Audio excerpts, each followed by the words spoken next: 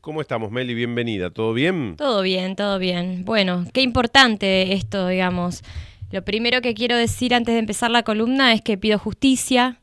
Pedimos justicia para Jeremías y para contención para toda su familia que tuvo la peor noticia. Sí, que indudablemente va a necesitar acompañamiento por todo lo que ha sucedido en estos últimos días y lo que está pasando puntualmente en estas horas. Pero bueno, Meli, vamos a lo nuestro. Estamos a 23 de diciembre, ya casi que ha llegado con el pan dulce y una sidra bajo el brazo. Así estamos transitando estos últimos días. Y la idea es ir algunos años hacia atrás para poder, o mejor dicho, para recordar y repasar lo que pasaba en nuestro país hace, ¿cuánto? 24 años. 24 años. Nos vamos a remontar a diciembre del 2001 en un ejercicio que a mí me parece interesante. Creo que por allí hay muchos chicos de otras generaciones. Los miro a Juan y a Alexis que, bueno, casi con seguridad o estaban naciendo o no habían nacido, 2001, ¿no? Alexis, Juan. Alexis no había nacido, Juan sí, pero era muy pequeño, tenía 3 años. A mí en mi caso puntual me pasa con mis hijos que nacieron unos años después de toda esa situación y de uno de los diciembres más caóticos y más críticos que ha vivido nuestro país. Digo, está bueno el ejercicio de ir para atrás a veces y de repasar lo que ha sucedido en la historia como para entender lo que pasó y sobre todo no volver a cometer los mismos errores, ¿no? Sí, 24 años, bueno, del estallido de diciembre del 2001, cuando Argentina tuvo 5 presidentes en 11 días. Sí. Pero, ¿qué pasó un día como hoy en el 2001, un 23 de diciembre? Bueno, se cumplen 24 años del día que Argentina se declaró en default sobre 100.000 millones de dólares de deuda. Bueno, les queremos contar que traje a mi hija, que me está hablando. Terminaron las clases, los chicos no van al jardín. ¿Qué pasa, Cami? Quiere más factura. ¿Quiere un bizcochito? Bueno, bizcochito. Ahí le damos. Vino con hambre, bueno, ahí está. No le gusta, no, me parece que no le gustan los cañoncitos. ¿Bizcochitos sí, Cami? Sí. Cami es, ¿no? Sí, Cami. Bueno, ahí está. Se quedó con los criollitos de la central son la debilidad de todos, así que a disfrutarlo, Cami. Bueno, retomamos lo nuestro. Bueno, ¿qué pasó un 23 de diciembre del 2001? Bueno, Argentina se declara en default sobre 100.000 millones de dólares de deuda, pero ¿qué es el default? Bueno, es la cesación de pagos. En ese momento, Rodríguez Sá, que fue el presidente de esos días, dijo que no iba a pagar la deuda externa. Se declara en cesación de pagos y, obviamente, Argentina se ve afectada un poco la credibilidad y hace que se dispare el riesgo país a 4.000 puntos. Sí. ¿Se acuerdan? Lo digo se acuerdan porque lo preparé para que esté Dana también, pero no sé si Dana nació antes del 2001, ¿no? No, antes del 2001 no. Es jovencita, bueno. Yo creo que tenía 12 años por ahí, 12 o 13 años. Bien. ¿Pero qué estabas haciendo cuando se declaró el estado de sitio? ¿Vos te acordás? ¿Con quién estabas? ¿Qué estabas haciendo? Sí, estaba con amigos, era época de juventud, de salidas. Fue a y la de tarde. Un montón de cosas, sí, es cierto. Sí, yo me acuerdo que estaba también ahí 12 años tomando tereré con una amiga en la casa y viene la mamá y nos dice, chicas, bueno, se declara el estado de sitio y nos explica qué era el estado de sitio. Porque, ¿qué es el estado de sitio? Porque después nunca más lo volvimos a escuchar acá en Argentina. Sí, es cierto. Quiere agua, Cami. Ahora le vamos a pedir a uno de los niñeros que tenemos aquí en Radio Nova si ¿querés un poquito de agua, Cami? Tiene el vasito allá. Ahora ahí tiene el vasito, así que le vamos a dar un poquito de agua, Cami. Acá tenemos operadores que hacen un poco de todo. Ahí está el vasito de Mini, mirá. Bueno, claro, el estado de sitio en principio lo que implicaba era que te tenías que quedar encerrado en tu casa y no asomarte a la calle porque no sabías lo que podía llegar a pasar. Básicamente estamos hablando de eso, ¿no? Más allá de la letra chica de lo que es en sí el estado de sitio, ¿no? Claro, dice la suspensión de las garantías constitucionales como reacción estatal frente al conflicto social. El Estado no garantiza tu seguridad si salís a la calle. Claro. La medida decretada por el Poder Ejecutivo parece, y esto lo sacamos de un informe del CELS, que es un centro de estudios, dice fue inconstitucional. Pues solo el Congreso puede declarar en caso de conmoción interior, tal como lo establece el artículo 75, inciso 99 de la Constitución Nacional. El presidente solo puede recurrir a esta medida en caso en que el Congreso se encuentre en receso. Parece ser que en ese momento no estaba en receso y así todo se declara por decreto por parte del presidente. Ahí está, se está viendo en pantalla, Cami, por eso está experimentando. Pero nosotros te seguimos escuchando con atención, Meli, dale. ¿Te acordás de esa frase, el que se vayan todos, que no quede ni uno solo? La gente salía a cacerolear, a protestar y bajo ese canto, que se vayan todos, que se vayan todos. Bueno, eso es lo que cantaban los manifestantes frente a la Casa Rosada. Sí. Fue un lema de la época. Para controlar el caos y frenar las protestas, el gobierno desplegó a las fuerzas de seguridad y una fuerte represión que quedó con casi 40 muertos. Esos son los principales episodios de la crisis institucional, la crisis social y económica que puso fin al gobierno de Fernando de la Rúa el 20 de diciembre del 2001 en Argentina, y el modelo de convertibilidad cambiaria, o sea que el mandato de la Alianza duró 2 años. Bueno, había todo un contexto económico de crisis entre el año 1998 y 2002, principalmente. Había un tipo de cambio fijo, de convertibilidad. Argentina mantenía una paridad del 1-1, peso-dólar, lo que abarataba importaciones. Dale, mientras puedas seguís y si no, cuando vos me digas, ¿querés que mandemos una pausa y seguimos? A ver, Cami, ¿Sí? sentate acá, ven. No se quiere sentar. Te digo por experiencia, cuando los chicos no se quieren sentar, es difícil que hagan caso. Pero bueno, dale. Mira, vamos a hacer una cosa. Dale. Lo que nunca le queremos dar a los chicos. Bueno, la esperamos a Meli y enseguida vamos cerrando la columna de hoy, de este martes 23 de diciembre, en el que estamos haciendo un poquito de memoria y repasando, lo que sucedía en aquel entonces en un gobierno de la Alianza, que yo estoy buscando y estaba repasando, tiene unos cuantos nombres que a muchos les pueden sonar conocidos. Por ejemplo, la jefatura de gabinete de ministros había comenzado a cargo de Rodolfo Terráneo, después siguió con Cristian Colombo. Los ministros del Interior del gobierno de la Rúa fueron, en principio, Federico Storani, pero después asumió en marzo y en ese momento de diciembre fue Ramón Mestre quien estaba en el Ministerio del Interior. Había comenzado López Murphy en defensa y Horacio Jaunarena lo reemplazó en marzo. En el Ministerio de Economía, quien llegó como ministro de Economía en ese diciembre trágico fue Domingo Cavallo, pero antes el propio López Murphy, que había mencionado que estuvo en defensa hasta marzo, duró. ¿Sabés cuánto duró López Murphy en el Ministerio de Economía? ¿Cuánto? 15 días. Del 5 de marzo al 20 de marzo del 2021. Es decir, había estado Machinea, no sé si muchos recordarán la vieja y querida tablita de Machinea, sí. que asumió con De la Rúa el 10 de diciembre del 99 y que se mantuvo hasta el 5 de marzo del 2021. Empiezan los problemas. López Murphy asume como ministro de Economía, dura 2 semanas y lo reemplaza Domingo Cavallo. ¿Sí? Para que después terminemos con el corralito y con todo lo que conocemos. ¿Qué pasó con otros espacios, por ejemplo? Me parece interesante repasar quiénes estuvieron en el Ministerio de Trabajo. ¿Sí? Sí.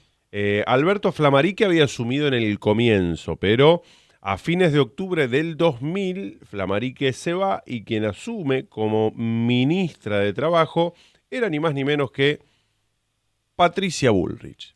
¿Sí? Que fue ministra del gobierno de la Alianza hasta el 29 de octubre del 2001, que deja su cargo en el Ministerio de Trabajo y asume en Seguridad.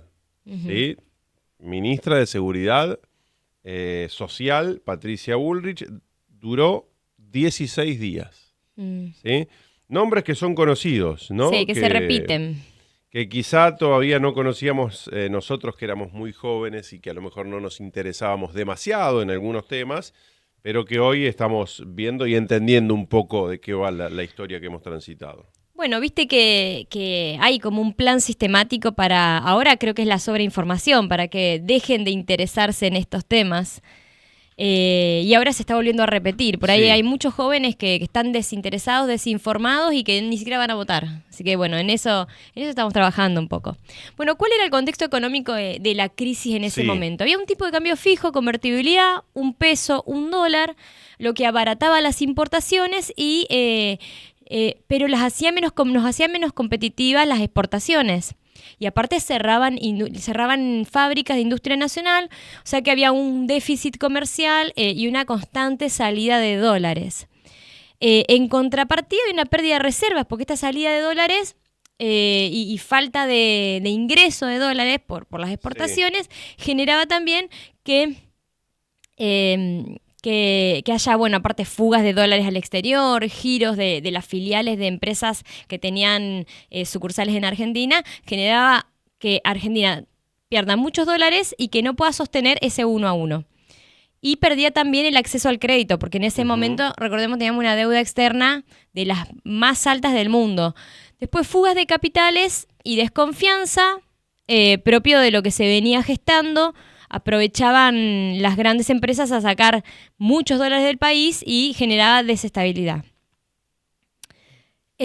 Bueno, ingresos. ¿Qué pasaba con los ingresos? A partir de mediados de los 90 había pulverización de los ingresos de las personas de menores recursos, a tal punto que el 20% de la población más rica, que en 1974 ganaba 7,8 veces más que el 20% más pobre, en ese momento percibía 14,6 veces más. O sea, había una desigualdad en la distribución de la riqueza que se profundizaba, pero muchísimo y de manera muy acelerada. Generaba desigualdad en la distribución, superando incluso a algunas ondas registradas durante las hiperinflaciones del 89 y de los 90. La pobreza. Otro indicador, progresivamente los índices de pobreza e indigencia en vastos sectores del país abarcaron actualmente más del 50% de la población. Ahí sí, bueno, ¿no? es un panorama difícil el que se vivía en aquel momento, ¿no? Que hoy parece bastante lejano. Siempre es como que está el fantasma ese de diciembre, ¿no? Cada vez que llegamos a diciembre en nuestro país empezamos a pensar en aquello que había pasado, porque el tema es ese, que no solo hubo una dificultad, una crisis económica, sino que hubo un estallido social que literalmente además se cobró vidas y por eso lo de la tragedia o el término trágico que utilizamos cuando lo recordamos, ¿no? Bueno, después el indicador del desempleo también. En ese momento había un índice del 18,3%, mientras que el subempleo ascendía al 16%. La situación era fruto de reformas normativas e institucionales que habían agredido la calidad de los derechos sociales.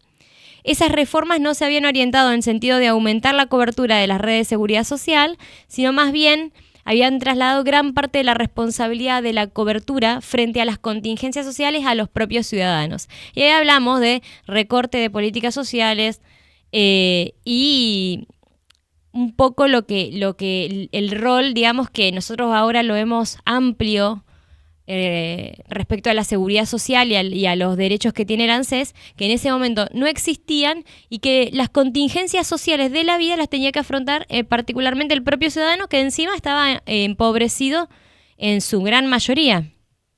También estaba el déficit cero. Otra cosa que se repite ahora. En el mes de julio del 2001 se sanciona la ley 25.453, llamada Ley de Equilibrio Fiscal, que además de la reducción de los saberes jubilados y empleados estatales, porque por supuesto, cuando se quiere ajustar el presupuesto y se quiere lograr el déficit cero, siempre se recorta el hilo por el lado más delgado, o sea, por los sectores más indefensos y vulnerables, que no son los que tienen el poder. Entonces, ¿quiénes son? Jubilados, empleados estatales. La ley de déficit cero también impactó fuertemente sobre los programas sociales, lo que decíamos anteriormente. En octubre del 2001, después de la entrada de esa ley, no se ejecutaron las partidas comprometidas para programas alimentarios que dependían del Ministerio de Desarrollo Social y Medio Ambiente. Después había, por parte de seguridad, una criminalización y represión de la protesta social. Y después teníamos la deuda externa, por supuesto, que en diciembre del 2001 ascendía a 144.000 millones de dólares. La deuda externa en Argentina alcanzó un récord. Ahora igualmente, por supuesto, ahora en el 2025 debemos mucho más que esa plata, pero en ese momento era importante ese monto. Argentina no podía pagarlo y se venían todos los fantasmas. Este era el contexto que se venía gestando y cuáles eran las cosas que encendían las alarmas. Sí. Bueno, un poco para repasar la cronología. En el año 99, en diciembre, el 10 de diciembre, asume la fórmula de la alianza, con el presidente Fernando de la Rúa, de la socialdemócrata Unión Cívica Radical, y el vice de centro-izquierda, Carlos Álvarez, del FREPASO. Chacho Álvarez. Chacho Álvarez. Prometen mantener la convertibilidad con la paridad cambiaria. ¿Qué pasa en el 2000? El 6 de octubre renuncia el vicepresidente. Chacho Álvarez renuncia, disgustado por las denuncias de sobornos del gobierno y a legisladores por votar la reforma laboral, y en 2 meses los bancos pierden depósitos por 1.800 millones de dólares. Los bancos ya perciben que la cosa se venía mal y se atajan haciendo corridas.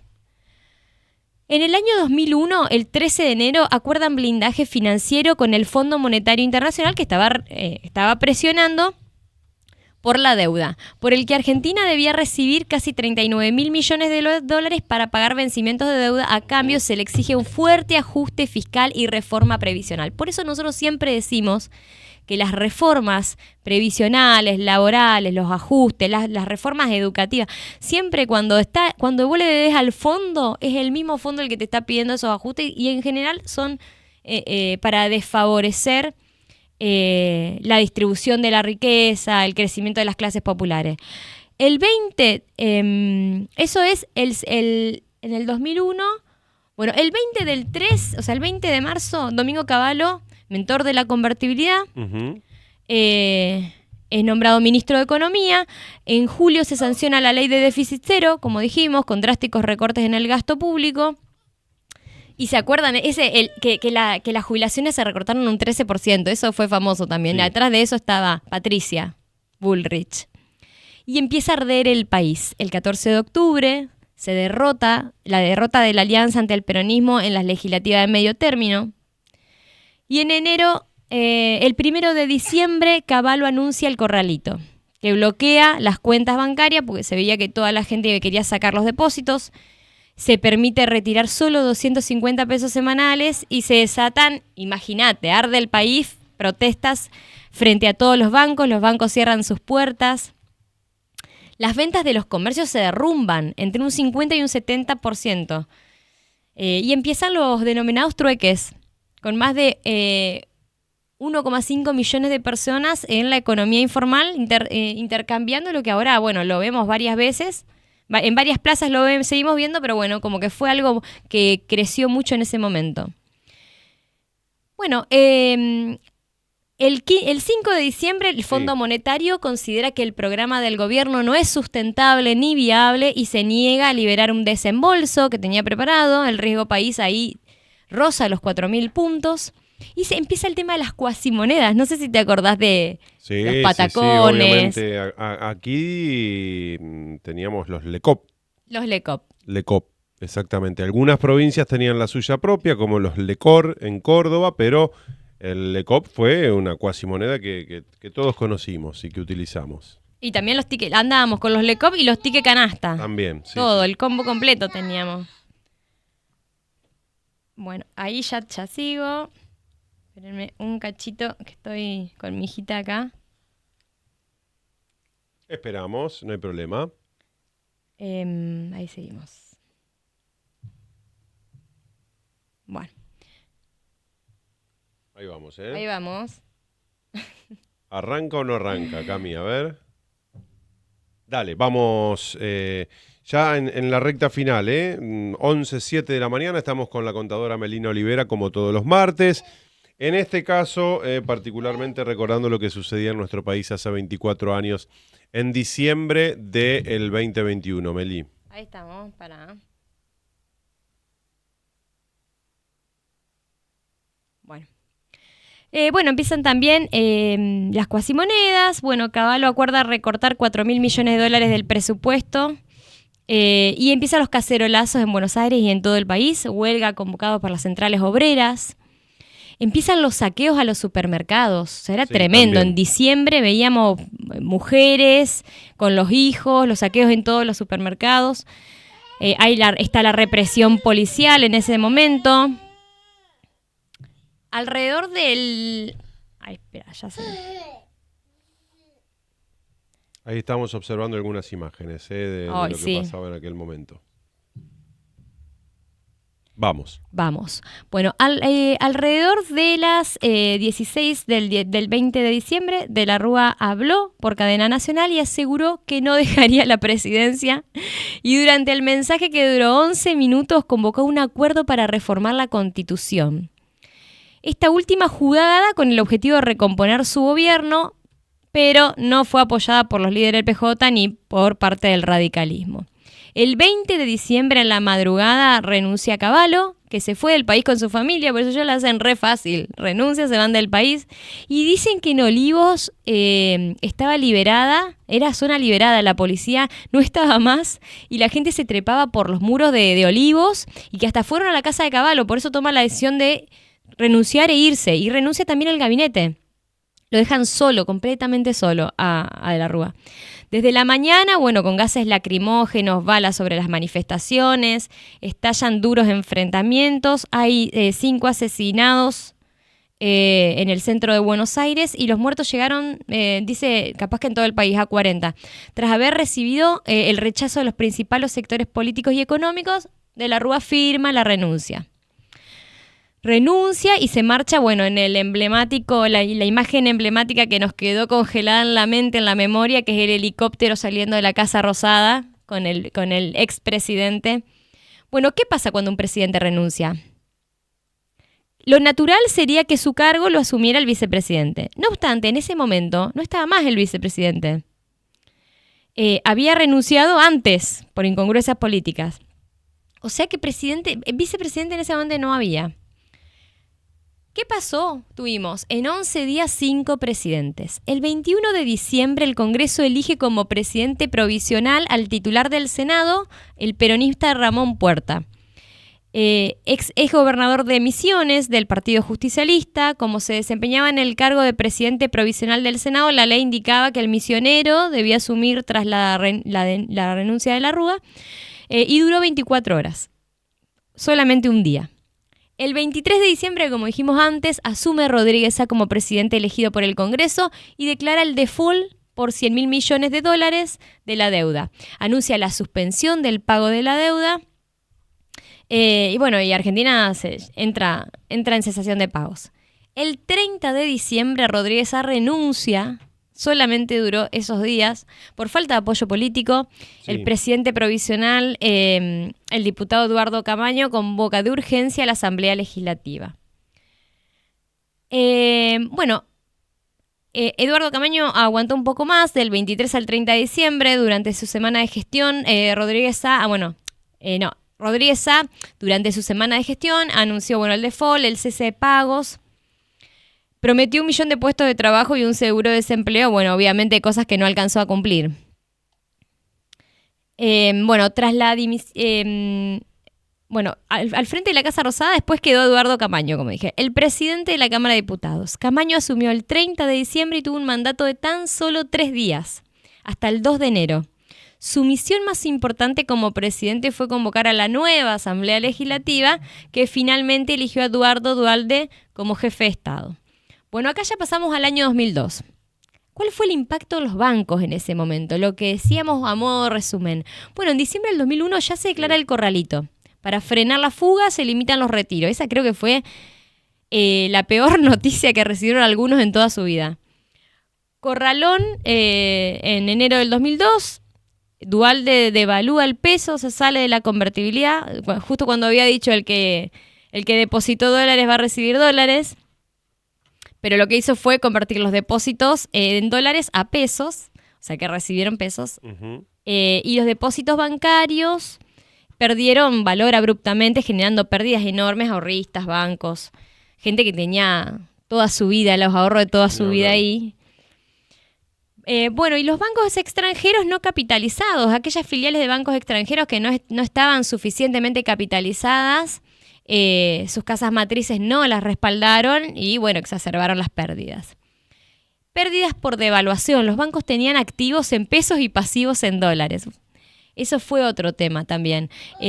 A veces, no sé si... En ese momento se usaban mucho los pagarés. Por ahí la gente que nos está escuchando ha dado pagarés en pesos, pero y no los respaldaban en dólares porque creían que la convertibilidad nunca se iba a terminar.